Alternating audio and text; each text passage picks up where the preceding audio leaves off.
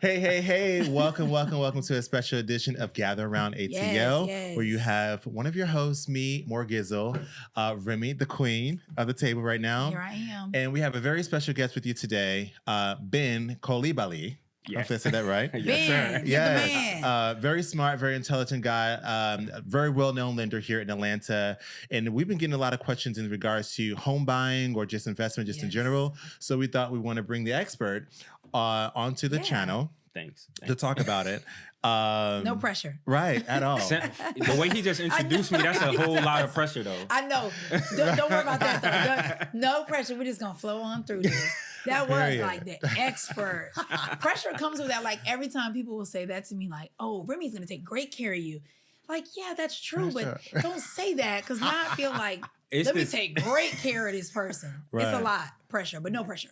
Pressure or no pressure. I love that. Okay. Yeah. We welcome you. Before we forget, the tape was a little bit different today because one of our co-hosts are actually a little bit sick. Under the weather. Sick. Yeah. Morgan and I don't do germs. So we say keep it at the house. I don't do germs either, but I hope they're getting better. Yeah, they're getting better. No pathogens. Yeah. He was like, I'll wear a mask. No. Stay home. Right? We protected you, Ben. I appreciate that. Good. I appreciate it. My first time being here, I did not want to get sick. No, and we didn't want you to have that experience. So you'll meet him another time. And Ben is actually a dad. Yes. Okay, yes, he made reference of it. Okay, I don't want to. Oh, I don't want to spill too much tea. No, not too much tea. No, not at all. Well, Yeah, tell us about yourself, Ben. So, man, where do I start? Where do you guys want me to start? Well, can we start with you being a dad? Okay, all right, yes. I'm a father of two. Yes. 1 7 and the other one is 9 months old. Oh my gosh. I know the gap is crazy. Little. Yes, a little baby. A little baby. Infant. Yes. Is your 7-year-old a son or a daughter? Daughter. Is she nice to the baby? Very. Oh, okay. Man. Some people deal with like jealousy, because 7 years she's been here. Oh, wow. Without a sibling. She's been a while. The tension. Okay, I so can see that. she hasn't had to share her parents or her space. So 100%. that can be tough. Definitely. And I think that was something that I was a little concerned about too. Like it's always been just her. Like I know Madison since she was 2 going on 3. Yeah. So with it just being her for so long, like she's been with us through moving from 2 different places. Us just focusing on her completely. Yeah. Holidays, and then her. Everything is her. Mm-hmm. And then we're like, oh, mommy's pregnant. But she was excited. Really? Only thing that she was disappointed about, and you guys want to guess what it might be? That it wasn't. She wasn't having a sister. The gender. She wasn't having a sister. She wasn't having a sister. She wanted a sister so bad. Really? Yeah. She didn't want a big brother? I mean, a small brother? I think like kids get like fixated on, I don't know what it is, like sister or brother. Really? I don't know. I'm one of 4 kids of my dad, but like all girls. Okay. But we never grew up under the same roof. So I never understood like that sister dynamic. Yeah. We're all close and we talk now, but not under the same roof growing up. Yeah. So I kind of get it when people are like, I want a sister. Like, that's my sister. Yeah. I kind of get it a little bit. Really? Yeah. I thought she would want to be the only girl. Really? That's what I thought. I thought maybe if you're the youngest. Really? And that may change too. Okay. Yeah. Maybe? Oh, maybe if you're the only girl, the youngest girl. That makes sense. Okay. Because you're getting away with murder. Right. For real. Right. No, for real. I got a little sister. Right. It's like, where is the discipline? Right. I know.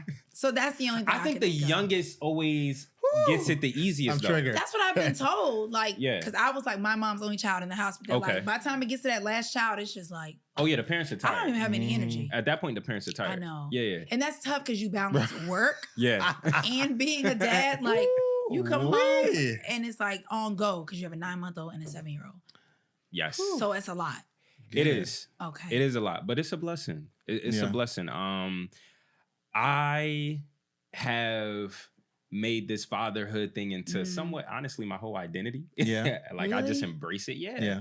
I love being a father. Yeah. Like, I love pouring into my kids. Yeah. And just, Plural. I feel like, especially right now, with the way times are, I think it's imperative that kids have a father or a father figure. Yeah. It's true. Right. And just teach them, important. how to, all the walks of life, right? Yeah. Street smarts, book smarts, financial literacy, because they're not learning that in school. Hopefully that's something we could start to implement more. But I'm embracing it.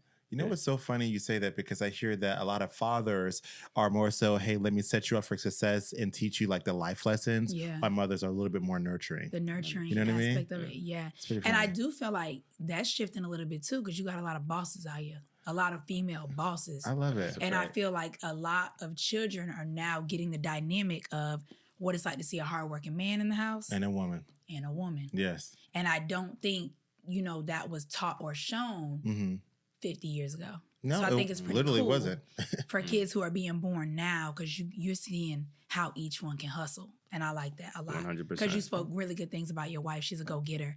And I think that's like such a solid foundation that you all have and 100%. Your kids will see. Yeah. So I love that. And you all both are good with the numbers. Because I'm ready to learn, you guys. That's why we're here. To learn more. Ben, what do you do?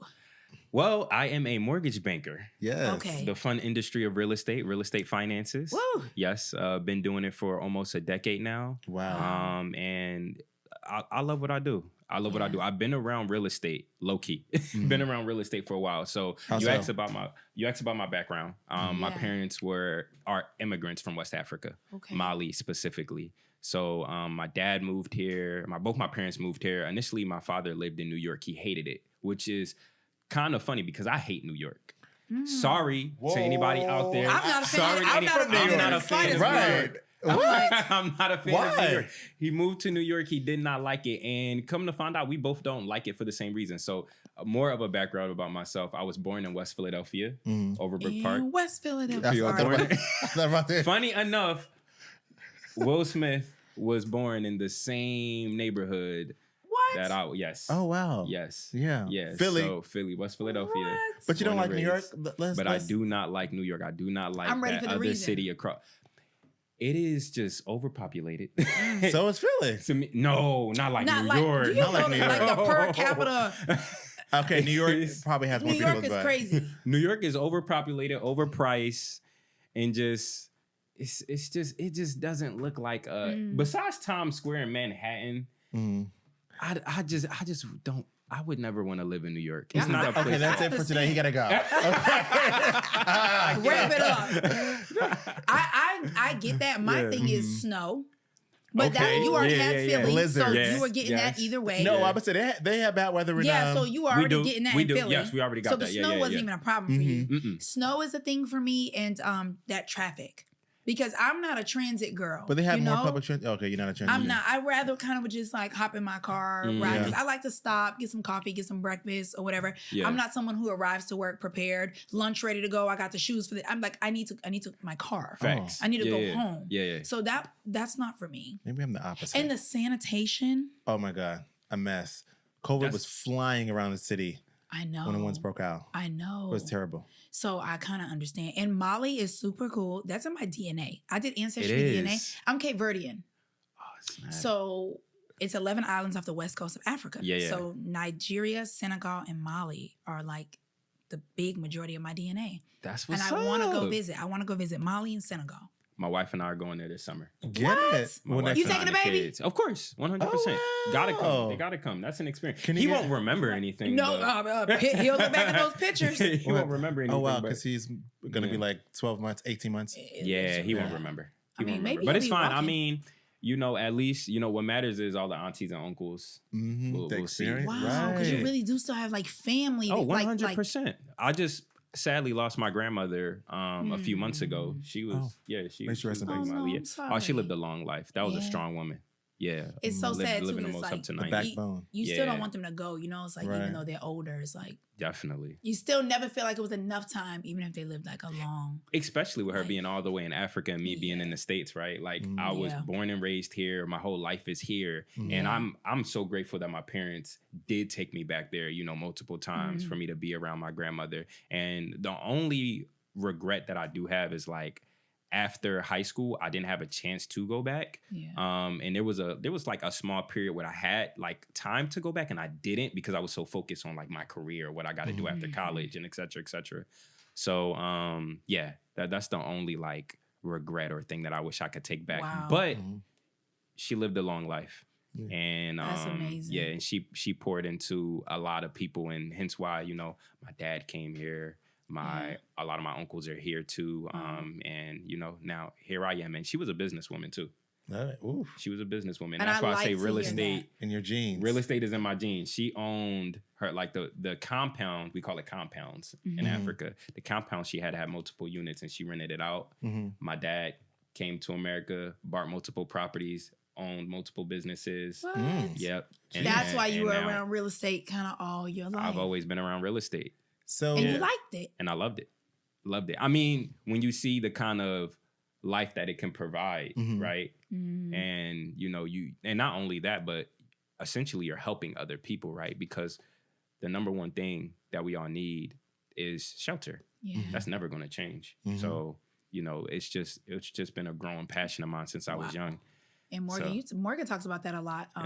Just being passionate in his work. And I mean, I give him his flowers all the time, but I appreciate it. I do truly admire and value that it means something to him to help people achieve that goal, achieve that milestone. And 100%. It brings him so much joy, whether he's selling a $4 million house or a $100,000 house, he still treats everybody the same way. Cause it's like that's a big thing for someone. And that says a lot, especially even in your industry, because everyone might not maneuver with compassion or with that same level of effort. Like, hey, let me try to help you. So for someone who doesn't understand the industry, like explain what it is you do. Yeah.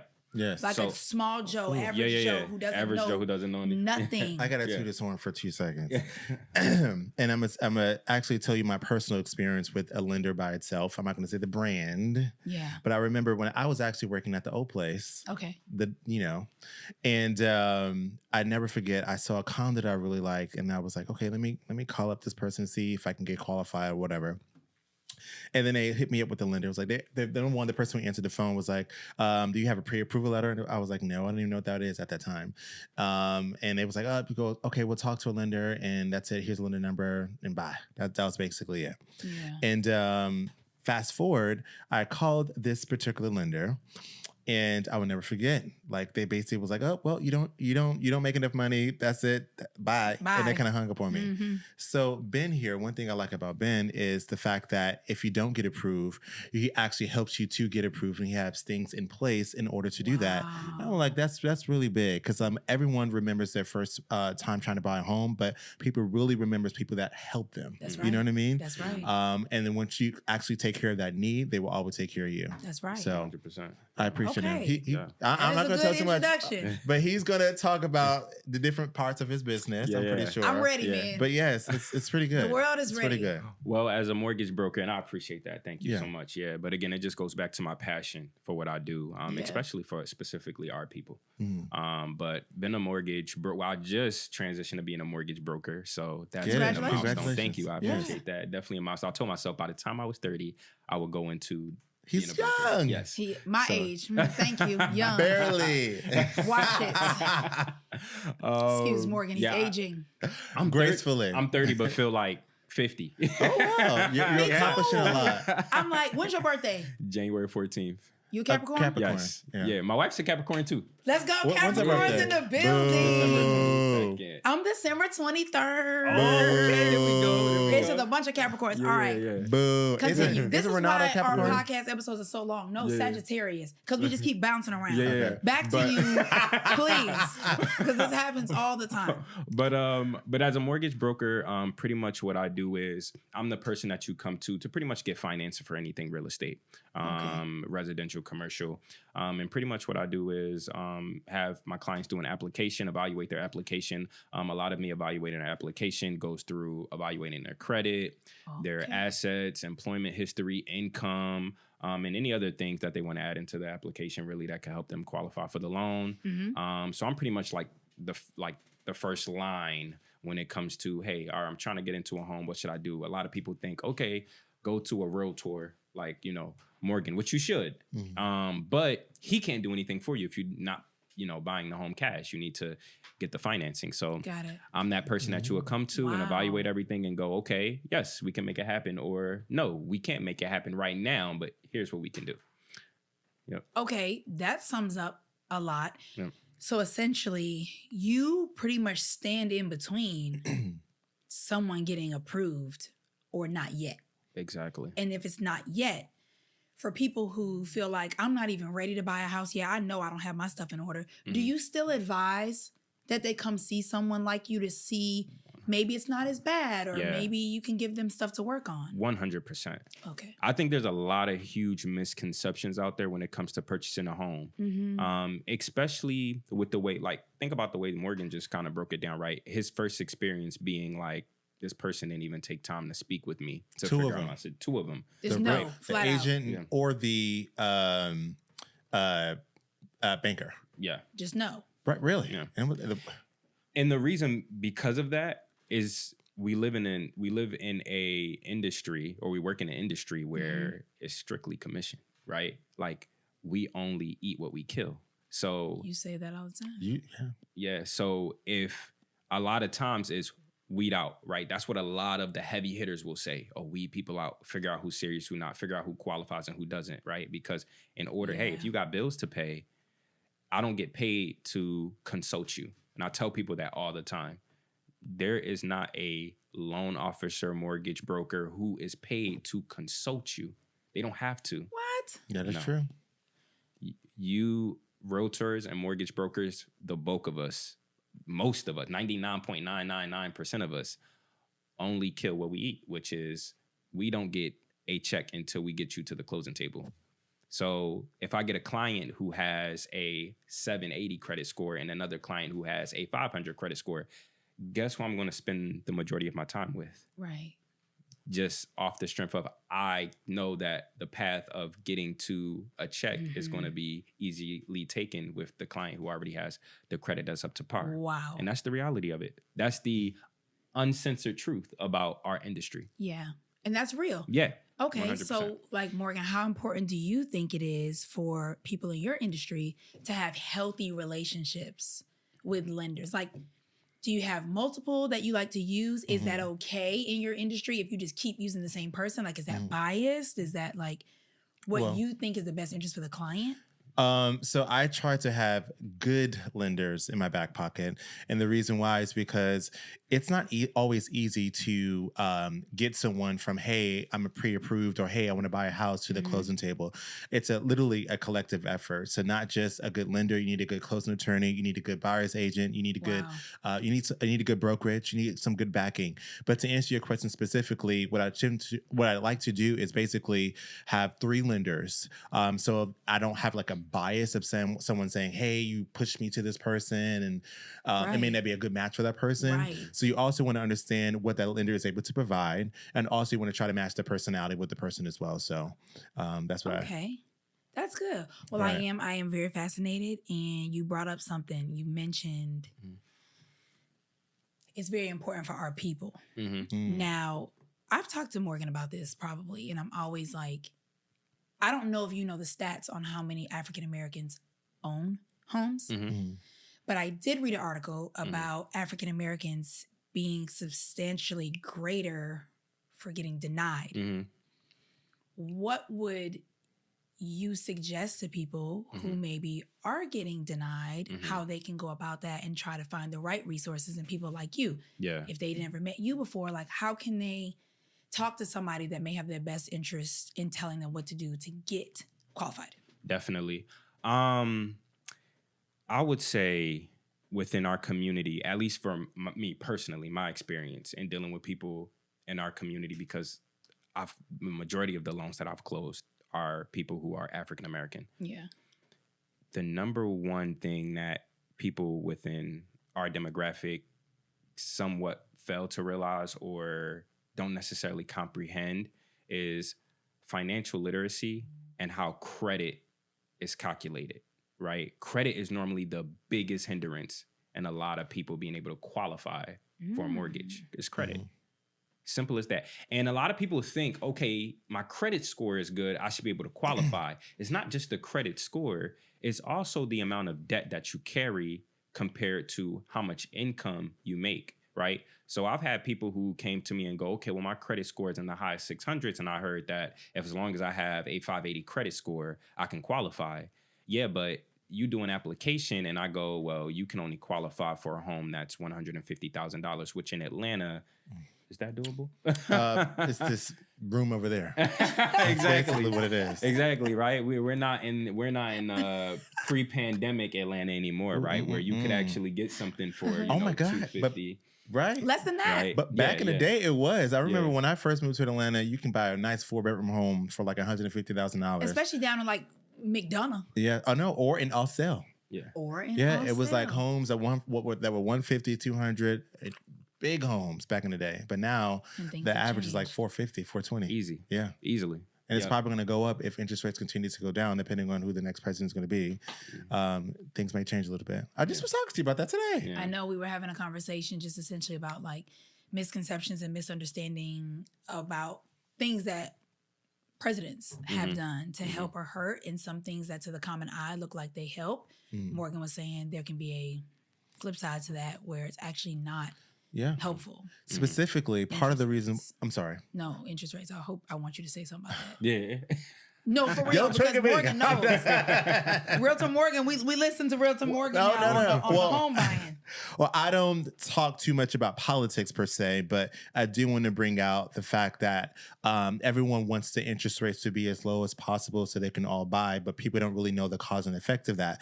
One of the reasons why we're in the state of the market right now is because interest rates were so low for so long, and the market moved so fast, and created a lot of issues. Number one, now a lot of sellers and buyers, well, really sellers, are thinking, oh, because I bought my house during this time, or I sold a house during this time, the house was sitting on the market for like 2 days and was in multiple offer situation. Now the inventory is like 6 months. So now homes are literally sitting for 30 to 45 days, and some people aren't even getting their value. So there's a lot of pros and cons. The interest rates went up.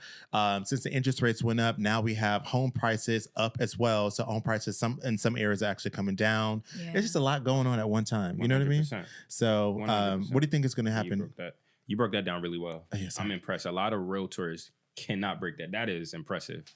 They're not seriously. The majority of realtors cannot break down what he just did, right?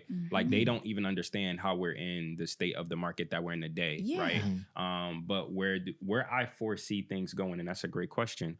I think interest rates are not going to come down as low as we think they are anymore, especially with the recent data that's came out with inflation and the unemployment report and things like that. Which weighs a lot. Which weighs a whole lot. And a lot of people think, so the Fed at their last meeting cut interest rates. They cut the Federal Reserve rate is what they cut. That doesn't necessarily mean that mortgage rates were going to come down. Now, it does have a domino effect on mortgage rates. That is true, because when rates increased, mortgage rates went up as well. It does have a domino effect, but mortgage rates move every day, and it follows the 10-year yield. All right, which normally what follows that is economic data. So it's basically the bond market. That's what it is. And I know I'm probably speaking Chinese to a lot of people. No, you're good. I'll try not to. This is great. But essentially, it's about how investors feel about the economy and if they're optimistic or if they're concerned, right? And if they're really concerned about the direction of what the economy is going, they're going to say, okay, we need to pump more money into it so that we keep the economy afloat, right? But if they're optimistic and they're like, oh, things are moving smooth, everything's looking good. Okay, we got to slow down. We got to slow this party down because inflation will get out of control, right? So what you're seeing right now is the economy, which they feel based off the data, because you got to be careful because there are people out there who are still losing jobs, right? There are people out there who are still struggling, barely making ends meet. They go to the grocery store and they don't know what the heck they're going to do.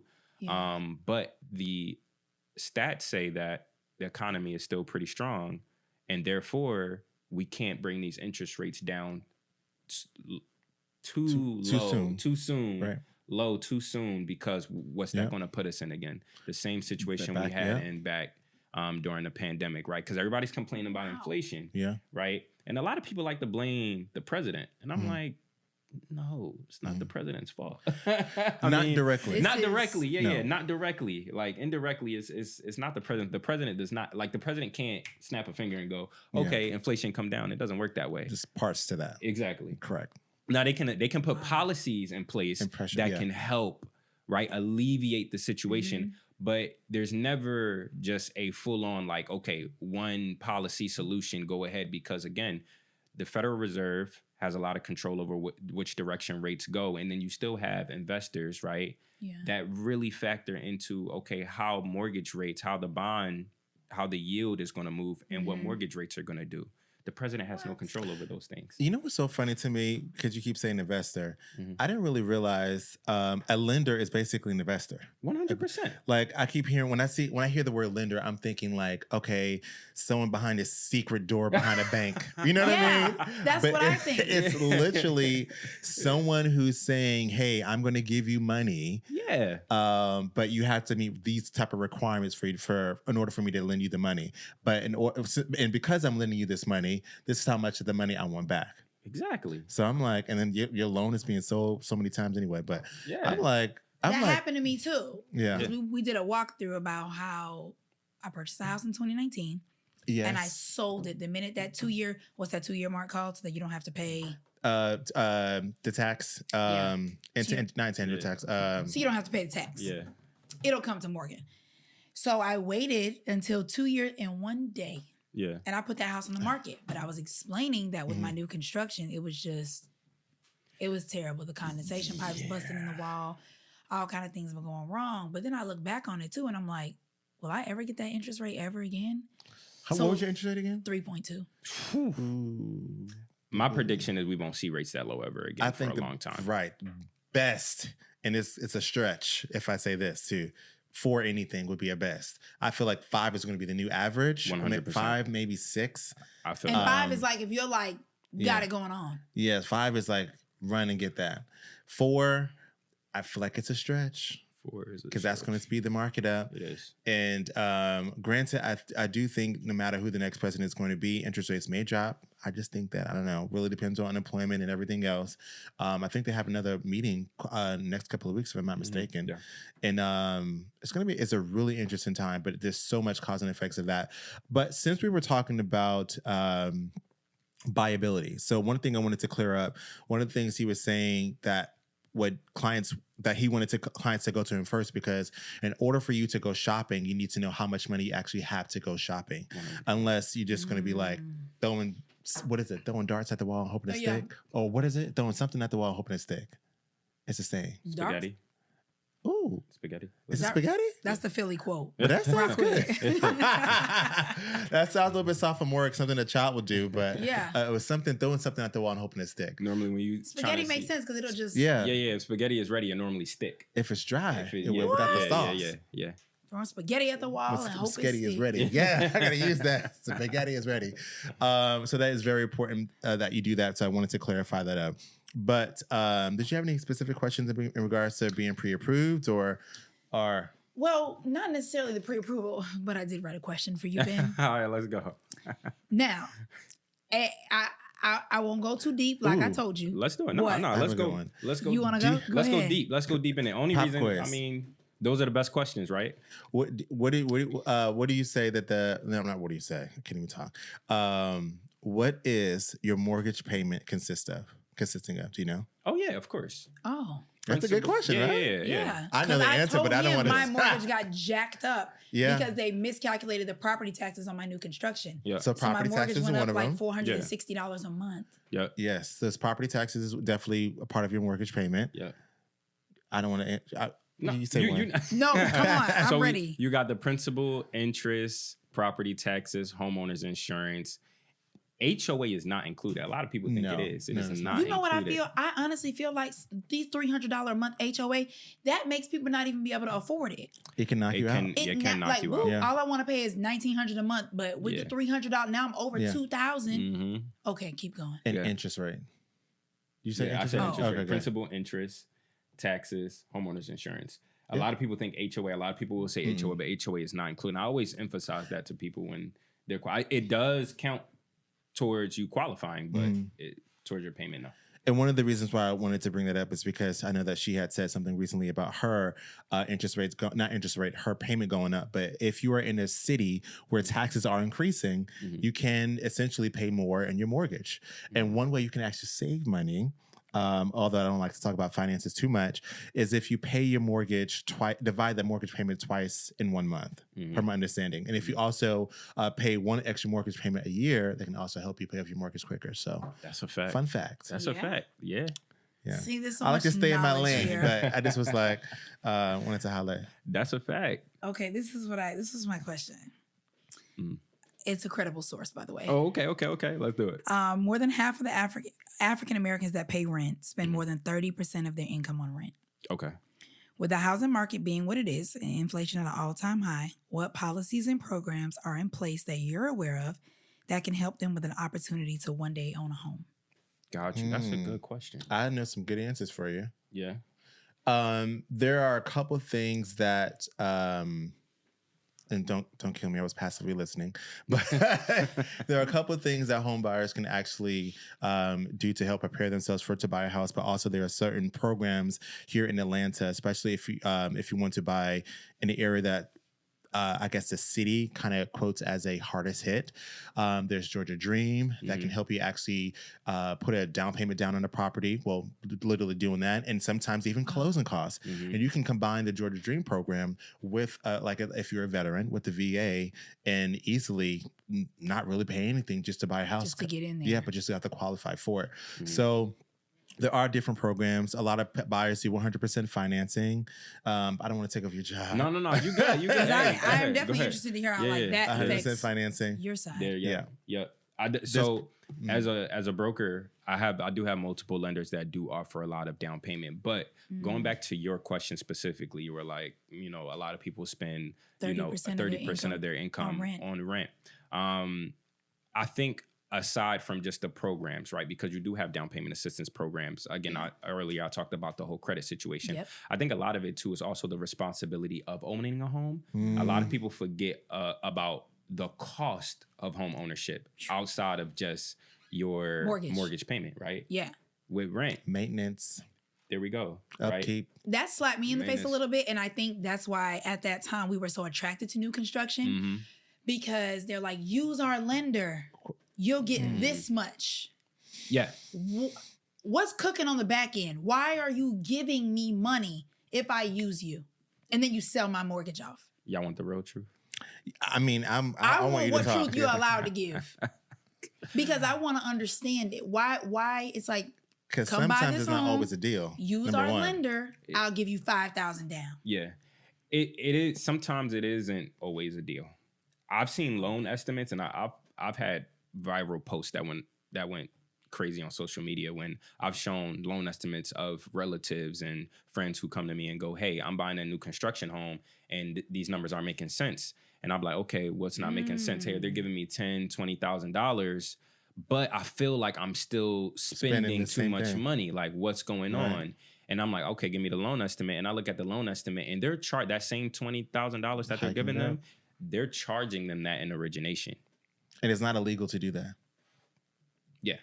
So this is almost like a sales tactic to get you in and just get a loan with this company. If you look at it, really, the builder and the lender are working in cahoots with each other. Hence why a lot of times when you go in new construction, they tell you to go with their lender. Yes. They tell you to go with their inspector. They tell you to go with their attorney. Right? And everything. The appraiser might as well be involved with it, but they're not supposed to be. But somehow it always appraises. For $50,000 more. Exactly. Right. So what? Right. Yeah. So, but then we also have to think builders are in cahoots with the government. True. I was gonna, yeah. Because they're getting kickbacks as well. They have to build more homes. To keep the market incentives. That's the reality of it. Yeah. So would you advise? Said it, not me. Yeah. Okay. But it's like now, like, if I had this knowledge, maybe I wouldn't have been so gun-ho on a new construction because it just seems like that was the only way at the time to get that much help without doing Georgia Dream or NACA or something like that. That was like the way to go. Maybe people should consider, instead of just jumping into new construction for the perk of what they think is a financial benefit, they can talk to a lender and maybe still get similar numbers without getting that. Because I honestly feel like why people don't buy a home is because they can't give you, even with an FHA, 3.5% down and closing costs. So I think it's a money thing. And that's where I think the wealth gap comes in. Yeah. With African Americans owning homes. We didn't even talk about the NAR settlement. Oh, wait, hold on. You have to teach me about that. We're going a lot. I'm like, I'm trying to get into what you're saying. Wait a minute. There's a lot but going on. But it's like people maybe shouldn't think that new construction is the only way to get a loan. I need to go back like maybe 2 topics before we go back to the new construction topic. Yeah. I want to say this too. Earning a home is a privilege. Facts. It's not something that you're obligated to do in your lifetime. It's a blessing if you're able to, but earning a home is a privilege. And earning a home is an investment as well. You know what I mean? Although you want to have your, I guess your American dream come true, whether you want to have a beautiful kitchen, a nice yard with the picket fence, whatever that may be. But we got to be careful too, because what I told you earlier today, I feel like home prices are going to be skyrocketing so much that America may be the government may be the next renter landlord per se. You know what I mean? I would hate that. Me too. It's happening. They're building communities as we speak. Well, I don't want to. Anyway, are you going to talk about how they're building brand new houses and they're all for rent? Yeah. That's a problem. And who's buying them? That's a problem. And who's building it? And that doesn't fix the issue with us having high rent. Yeah. Anyway. What were you going to say about this lawsuit? The NAR lawsuit. The NAR lawsuit. I'm ready. So the NAR settlement, because you mentioned people struggle with coming with down payment closing costs, right? It's like, okay, you got to bring down 3.5%, but then I also got to pay this closing cost. Well, let's say, for example, the closing cost is still covered by the seller, because in a lot of instances, especially in this market right now where it's kind of slowing down, the seller will cover your closing costs. But now there's been a settlement that's went out, and you could probably speak to this better than I can. But now, possibly as a home buyer, you need to come in with the expectation that if the seller is not willing to pay your agent, paying difference, you will have to pay that difference, or you will have to pay them out of pocket. That is correct. So you want to talk about making home ownership less attainable. And who is that going to affect? First-time home buyers. 100%. That's going to affect y'all. That's going to affect first-time home buyers. This is a problem. I'm telling you all. I seriously believe this is a huge explanation for the wealth gap. There's a wealth gap. 100%. And I don't know if a good majority of African Americans that rent homes, 30% of their income goes to rent. Okay, we all know common math. That leaves you 70% of your money. 70% of your money to take care of maybe kids, right? 100%. Food, car insurance, gas, health insurance, phone bill. Where does that give you room to save money? You know how long it takes to save 20 G's if you're making $60,000 a year and 30% of your income is going? Yeah. I don't know if there's places people can go, like to maybe local boards or something, and advocate for more fairness. Like, I don't know what are the steps that we as a people can take to try to get more of these settlements or bring things to light that are unfair in real estate, in lending. Oh, I can't speak to lending. But I was going to say there are homes that are trying, there are builders that are literally trying, though. There are builders that are trying to build affordable housing in different areas, especially so teachers, first responders, military men can be able to buy a house. You know what I mean?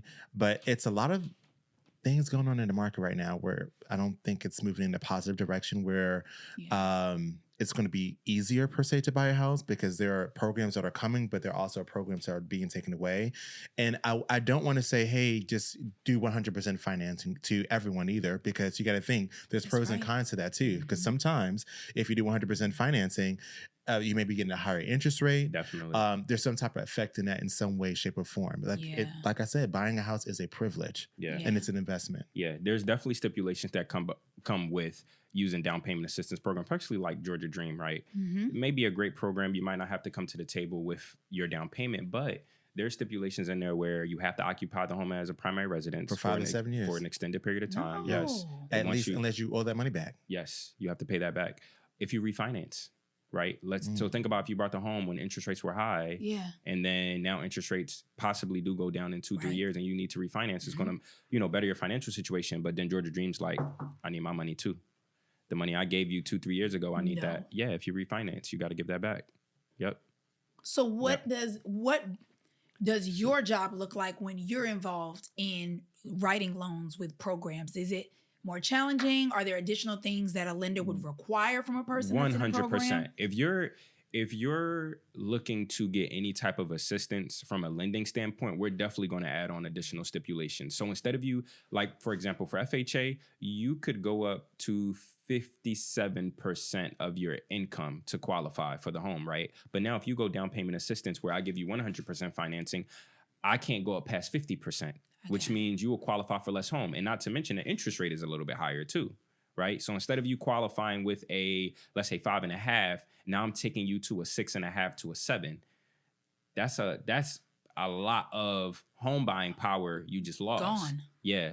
So you really have to consider these things. But like you said, with inflation, right, and people only having so much money, a lot of people don't have those funds to bring to the table. Yeah. And I think the bigger issue right now is figuring out, like, okay, what do we do to cool down this inflation issue, right? Mm-hmm. Because the money people are making, like, you can't tell people to just keep working harder, right? Work more hours or whatever. Like, people have families, people, So, but that's that hustle culture, though. Yeah, that's it that is. Mindset. It is, especially in Atlanta. I mean, everybody got it, right? Like, everybody got that. Just keep working, just keep grinding. But we definitely need to look within, the system and go, okay, what needs to be fixed, right? Yeah. Because if it's just one person,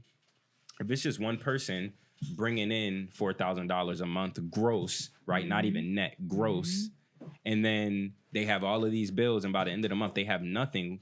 What room leaves them to purchase a home? And that's why, are there places you can go and advocate, like, hey, I'm here? Are there committee meetings with city town hall officials? Like, where do you go, first of all, and even get this information? Yeah. But then to say, like, I guess I see it in movies, and I'm just wondering, is it real life? It's, so you do have people that go and advocate for, home ownership, for first-time home buyers, repeat buyers. You do have city councilmen, women who go out and they do advocate. Mm-hmm. And a lot of times where they look at it is like, hey, we do have programs set in place. Like, they see Georgia Dream as like, hey, this is a program that's set in place for people to purchase a home with no money down. There's another down payment assistance program that I've done before called the Fulton County Home Ownership Program, where you could purchase a home. They'll give you anywhere from $10,000 to $15,000 for a down payment, even towards closing costs to purchase your home. Yeah, things like that. What's the stipulation, though? A lot of stipulations. That's what I mean. So you got to purchase the home in a certain location. The price of the home can't go past $325,000. Okay, the certain location thing, that seems a little... Oh, 100%. So certain location, meaning, like, for example, like the Fulton County Homeownership Program, Fulton County, right? Any Fulton County zip code, that's where the home has to reside, right? But it also can be over $325,000. Now, every year they do adjust it. So 1 year it could be $325,000, and the next year, because homes continue to appreciate, it could be $350,000, right? $375,000. But you also have to think, okay, you're trying to buy within the city of Atlanta and purchase a home in that price range. Sometimes it's pretty difficult. Right. Yeah. So what you can get might not be in the best Exactly. area. And that's why I feel like there's still a lot of silent, racial, like, segregating still kind of happening. It's like, we'll let you own it and we'll help you only if you do this. And if you do this, it's going to put you in an area with not good schools. Yeah. With crime. I agree. So it's like, don't say you don't have help. You do have help. Take this. Mm-hmm. But that still limits me. Yeah. So it's like, for people to have a limitless possibility of owning a home of their dreams, it just seems in this day and age, it's not really feasible for the average person. It is tough. I literally was telling my wife this, the average person owning a home as an average person is literally slipping out of the hands of Americans or the eyes, or however you want to put that analogy. Like, it is slipping away.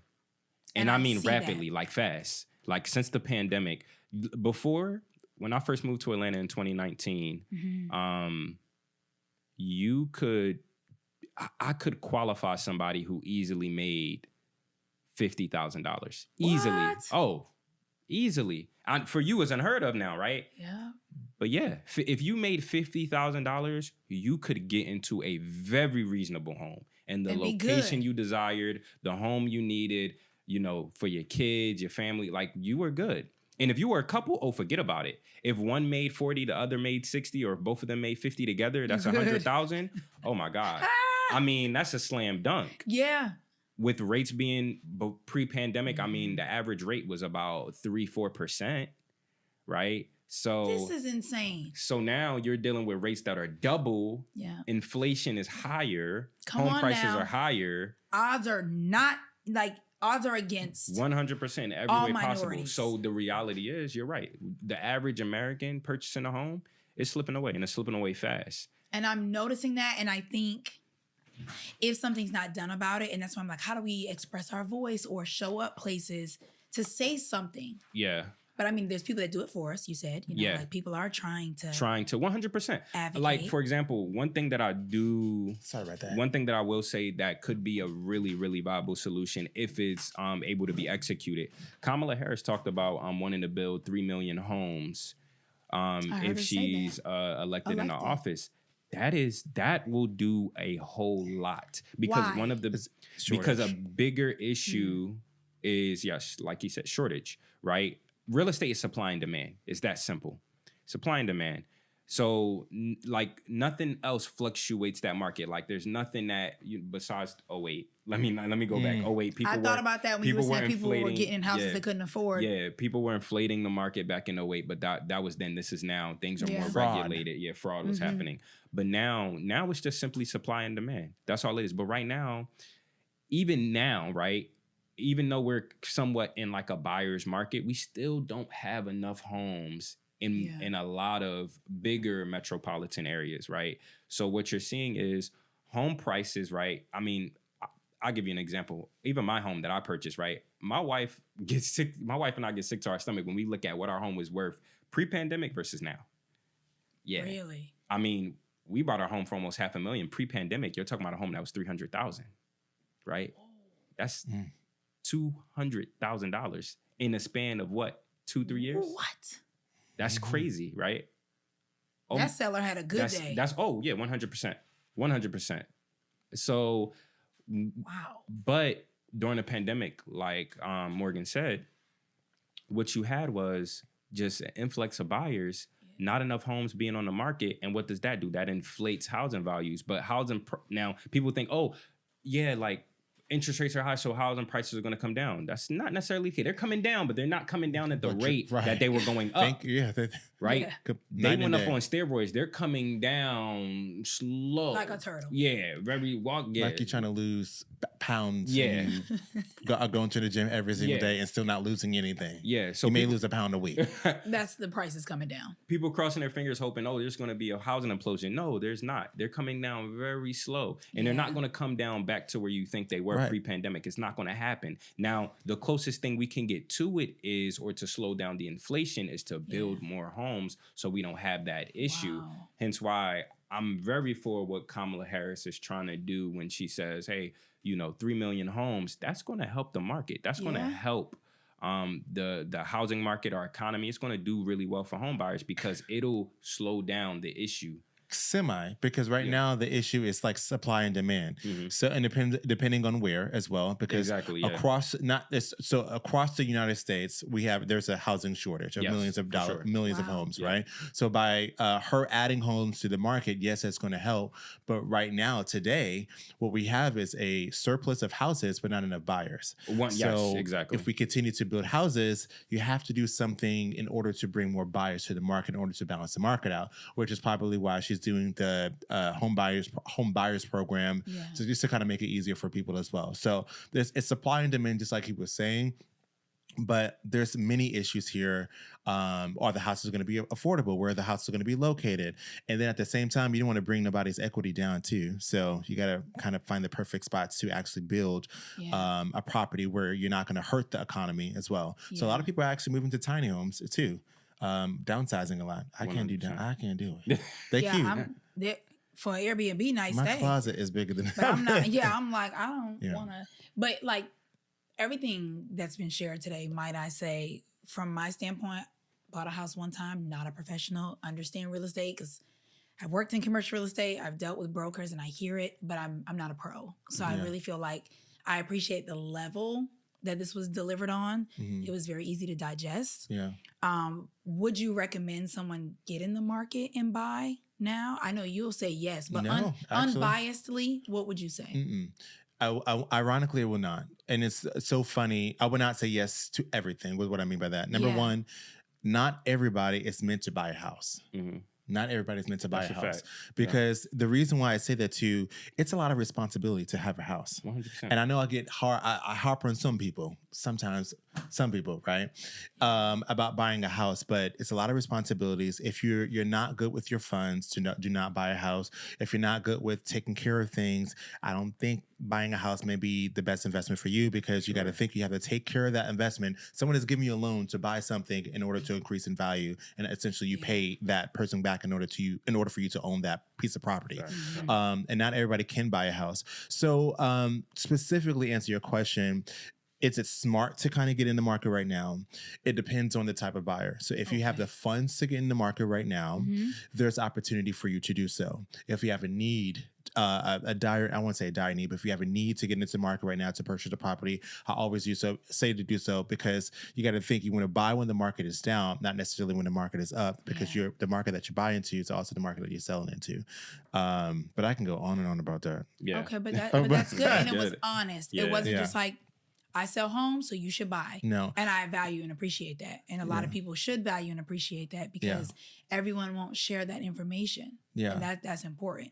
It is. And it's so important, because you know what's so funny to me? But well, back to your question again. I want to say this.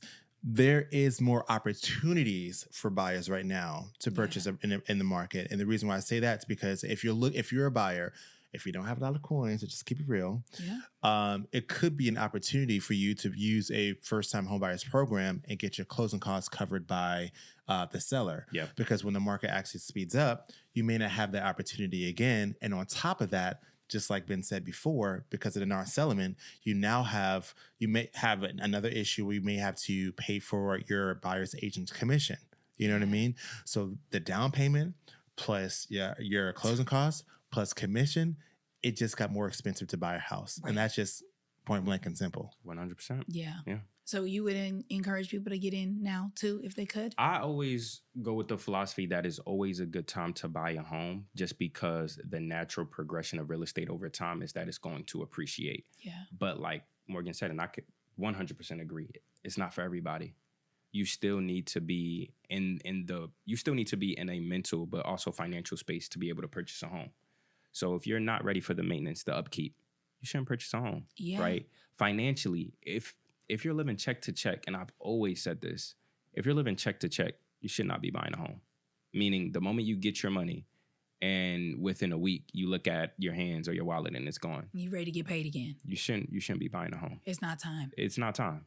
You need to have, and I won't even say that's financial discipline because of the state that we're in. It's just, you can be disciplined and still not have it, right? But it's just not time to do that, right? Like, it's just not time to go ahead and take that next leap and say, okay, well, let me go ahead and purchase a home. You need to be somewhere where you're paying a fixed cost every day. Earlier, we talked about how property tax can go up on you, right? Imagine you're expecting to just pay this one monthly payment, and then you get a letter from your servicer saying, hey, $400 increase. Yes. You had an escrow shortage. I was sick to my stomach. I told you I went and got an attorney. Like, I thought it was illegal. Yeah. I was literally sick to the pit of my stomach, because what I said to myself was, you wouldn't have approved me for a mortgage that amount. Not at all. Right? Not at all. So now you're going to tack it to me on the back end. Mm-hmm. You pay it. And I think I had to pay it for 18 months. Yeah. Until they got their share back, and then it came back down. And I think that's good advice too, like just life advice, not just business advice, because you said something earlier and I heard myself in that. You were like, I said by the time I was 30, and I heard that sentence. And we've had conversations about this, and age goals are dangerous. 100%. Because I wanted to own a home before I was 25, and I bought it 4 months before I turned 25. It was the best and one of the worst decisions I made. I got into a home. That was a gut punch. When we opened that letter and saw an increase on $400, I said, there must be a mistake. And then it was tight.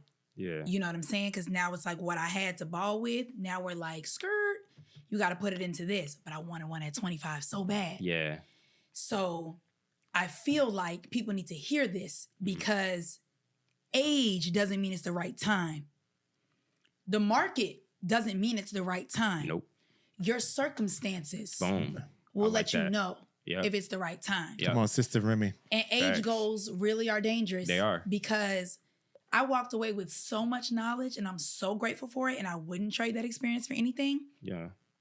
But maybe if I wasn't so gun-ho on the 25 thing, maybe I wouldn't have been chasing a new construction to get that down payment assistance. So I think what people need to understand is you probably can get more than what you think you can even have if you'll just wait 100%. When you're ready. until you're ready. Yeah. Until you're in a situation. It's tough though, because rent is high out here. Yeah. Rent is crazy. And it's increasing. I don't think Georgia has a cap on rent, actually. It's crazy. It may have changed. Now, the last lease I signed, they were not allowed to increase my rent more than 3%. But Per year. don't know per year. I don't know if everybody is in that type of agreement. But it does get hard. Like, well, when is the right time? Maybe I should just jump now. Yeah. Because my rent's so high and my mortgage will be less than my rent. Yeah. But just because you can pay the mortgage doesn't mean you need to buy the home. But right now, mortgages are relatively higher than rent payments. You know what's so funny? Yes. That's crazy. That is. Mortgage. That's good. Mortgages are relative. We need to know that. Yes. Mortgages are relatively higher right now than rent. Right now than rent. You're right. You know what's so funny? Because okay. at the minimum right now, if you want to get in an ideal home in Atlanta, Metro Atlanta, don't expect to spend less than $2,000 a month. A month. Yeah. And I want to say this. $2,000. Like you're not less than $2,000 payment. Yeah. You're not going to see happening. it. I could go online right now and find a decent apartment complex that will pay, that will 15, 16, For sure. 1800, right? For sure. And Two-bedroom. that could be 2-bedroom, and that could be a lot for some people, right? Yeah. For a home in Metro Atlanta, that's ideal. I'm not talking about a fixer-upper. One that's turnkey, you're spending more than $2,000 minimum.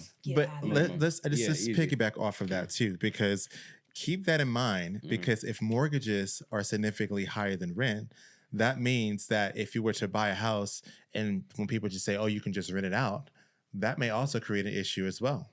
Because if you bought a property with the higher interest rate and you have a $3,000 bill, I'm just throwing a number out. Yes. For sure. And the rental market is basically saying, I don't know, $2,000 for that particular home.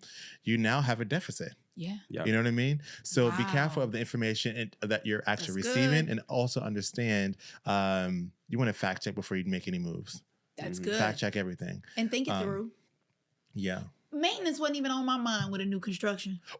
I was going to get to that, but I I'm wanted like- you to say it. But You Oh, needed but I told him everything that went wrong in the house. I told you him. needed more maintenance than everybody else then. yeah. And you know what? None hers of was my a little neighbors bit were going different. through anything. Everybody's home in that neighborhood was fine. I said, this is a lesson. Yeah. And I'll take it. This is a lesson. Maybe you wasn't ready That's what for they it told in you. your life. Well, I was asking my neighbors, like, nothing's going wrong. Nothing's happening to y'all. Nobody's, they're like, our houses are fine. Well, I do think that you, I'm not sure what your warranties were looking like, because I do remember you asking 10 me. year structural, Yeah. 1 year all around. Yeah. And I always add a couple more things on the back end. I like to add, my favorite brand is Super Home Warranty. My realtor told me to buy a home warranty. And I was like, in a new Yes. construction? I won't Yes, get it. yes, yes. I told you, I'm not sure if I told you the story. When I first bought my home, a month, less than a month, I'm still moving boxes. Yeah. It took me forever to do so, to unpack. And then a washer and dryer machine broke. You know what I mean? On top of the moving expenses. You got to also think, once you buy a house, that's not where the expenses just stop. Because now you got to move. The appliances and then you got to cut everything were on. crazy. And then basically. Then you got to buy furniture because everything don't Right. have no. Right. This And if you want, traumatic. and if you're mortgage, you want everything to be perfect. But anyway, which is expensive. You know what I mean? Yes. Wallpaper is like $2,000, honey. I just did. It's $2,000, and it's like not even. It's probably bigger than this room, but it's $2,000 For wallpaper. wallpaper. You see what I mean? Then you gotta pay somebody to come put it up. Girl. So I'm like, Girl, another couple of everything- bands. I'll just sleep on an air mattress. Right. Because people just need to know getting into a home. I just wish Just be there's ready. 3 things I wish people weren't so pressured to do. Yeah. Get married. Boom. Have a I was baby. about to say that. Get Boom. married And get a home. Boom. I should be your Family Feud. You should. I bet those are the top 3 answers. Yeah. I just wish people didn't think, and I was one of them. So I understand. Yeah. Being someone who's goal driven, hardworking, hustling, I get it. I get wanting those things. Mhm. But if Well, that's the if it's American not dream that right- people building. Yeah. We need to restructure that. I think we are though. Restructuring the American dream. I think we're rewriting the American dream and what it means. Well, somebody's coming to record at 8, but they'll be okay. Yeah. I don't know. I just, based on what you all shared, that was my takeaway. Yeah. That it's not as black and white No, as not you at think. all. Just because you can afford the mortgage doesn't mean you should be in the property. Nope. Just because the market is good or bad doesn't mean you should hop in it because you think you got it. Just because there are programs out there that are there to help you doesn't mean if you utilize one of them, it's your time. You'll know when it's your time, when you're not living check to check, when you feel comfortable handling responsibilities, managing the upkeep, and being able to like wash and dry when I got to go get another one. Yeah. Right. So until you get there, and I know it's tough to get there in today's market because as I said, people are spending 30% of their income on rent. I get it. So it may take you a little longer, but it'll be worth the wait. When it's your time. What's meant for you will never pass you by. But I want to say this thing before we go, because I feel that we've been talking kind of bad about new construction. But new construction... Only my experience. I wanted to say this. If you buy new construction smart, you can actually come up real quick. And the reason why I say this is because if you buy early in a new construction community, you're actually getting a much lower price than when you buy later on once that new construction community is already established. So if a property is like what they may say on a highway, you may see a sign that says, "Oh, new construction home starting at $300,000." Number one, but that's not the price you're going to walk away with. Don't get me started. But anyway, that don't come with no carpet, no flooring, no paint colors. Well, now nothing. They might now. Right now, what a lot of builders will do is basically saying, "Hey, this is what this package comes for at this particular price." So it's good. It may be a little bit close, but there are some upgrades you can do in some communities. But the point I was saying is, you can buy a property for $300,000, and it's within the first building stage. And after they finish that first phase, that same property is probably going to be like $315, $320. Plus, when everyone's adding the features and benefits of it as well, it's going to help increase the value. So by the time that community actually finished being built, the property is probably going to be worth closer to $400,000. So $400,000. Yeah. So that's the way it can come up, but it doesn't happen all the time. Yeah. But it can happen if you buy smart, and it really depends on the particular area as well. Quick equity. Yeah. Yep. Yeah. That's good. I really enjoyed this dialogue. I think people that listen to it are going to enjoy the dialogue. For sure. 3 different perspectives. Yeah. Been a homeowner, traumatic. Yeah. But I would recommend it to others. Someone who's behind the scenes with the finance and someone who's literally working with people trying to make that dream a reality. So this was wonderful. Yeah. Ronaldo missed out. Right. Thank you, Ben, for coming. Yeah. Thank you. He will. He just got a little cold, Ben. He's all right. Right. But yeah, we're so glad you came to join us. This was good. I appreciate y'all having me. Of course. Yeah, people need to follow you on your social media. Yes. Share your social media with them. Yes, please. TikTok keep popping too. Tell this camera. Keep popping. What's going on, guys? Appreciate you guys. You can follow me on TikTok and Instagram and on Threads. I like Threads way more than I love Threads. I don't know. It's like Twitter. Threads. No. Threads. He said, "Don't try it." Yeah, no. It's not X. Threads is not Twitter or X. It's not. I had Twitter, X, or whatever, and deactivated it once I got Threads. What? Threads is where it's at. I mean, the moment you start just going there and putting real estate or something, everybody who Threads comes into your feed is going to be about real estate. Oh wow! I'm talking potential buyers. We should look into it for the committee. Okay, like it is great, but all right. Yeah, tell them where they can find you. Yep. But all my Instagram handles on Instagram, Threads, and TikTok is BenTheBanker_. So follow me. And hey, if you need anything regarding real estate financing, reach out to me. Yes. All right. Thank you, Ben. ATL committee, gather round. Peace out. We out.